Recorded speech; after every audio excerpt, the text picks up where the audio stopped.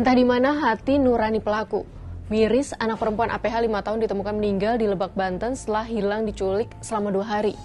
APH menjadi target dari konflik orang tua dan pelaku. Kini kelima pelaku telah diamankan Polres Cilegon. Bagaimana kronologinya dan mengapa anak bisa menjadi sasaran dalam konflik orang tua?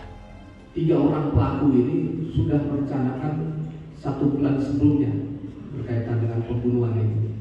Jadi yang disasar awalnya memang saudari A, ibu korban, karena yang tadi latar belakangnya motifnya tadi, kemudian berubah untuk target, akhirnya direncanakan APH tadi, untuk anak APH tadi. Awal penculikan dan pembunuhan anak APH Selasa 17 September 2024 saat pelaku bersembunyi di dekat rumah korban. Saat ibu APH keluar rumah dan pelaku pun menculik korban, lalu membawanya ke rumah kosong.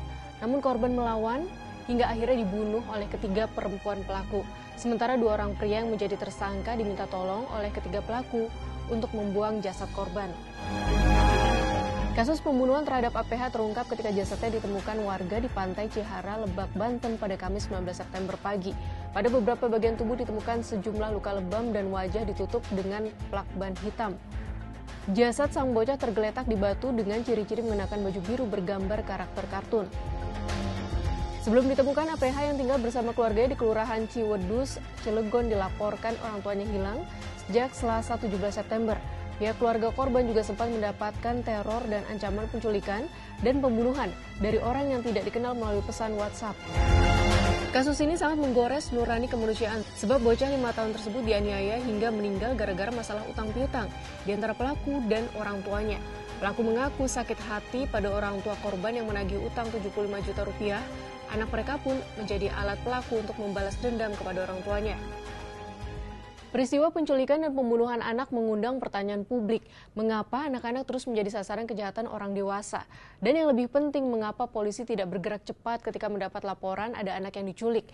Bahkan dikabarkan pula bahwa korban telah melapor ke polisi saat mendapat ancaman dari pelaku via pesan singkat. Tata Sudrajat, Deputy Chief of Program Impact Creation Save the Children Indonesia menyatakan kasus anak APH menunjukkan anak selalu berpotensi menjadi sasaran kekerasan ketika orang tuanya dalam masalah. Oleh karena itu pelindungan berbasis masyarakat sangat penting untuk ditingkatkan agar anak-anak benar-benar bisa dilindungi oleh keluarga dan masyarakat. Di sisi lain, kesadaran dan kewarasan orang tua dan orang dewasa perlu terus dikuatkan agar tidak menjadikan anak-anak sebagai pelampiasan stres maupun kemarahan.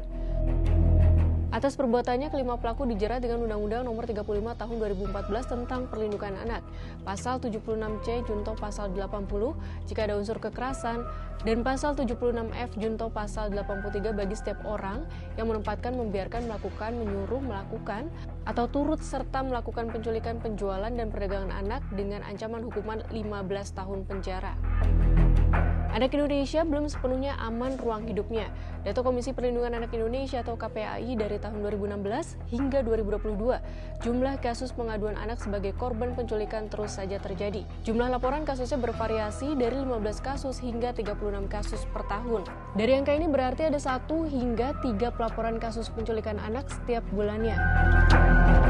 Kasus tragis di Lebak seolah menampar kemanusiaan kita semua. Jangan lagi ada pelibatan anak pada setiap konflik orang tua. Utamakan keamanan dan keselamatan anak karena mereka memiliki hak untuk dilindungi dan dijamin kenyamanannya.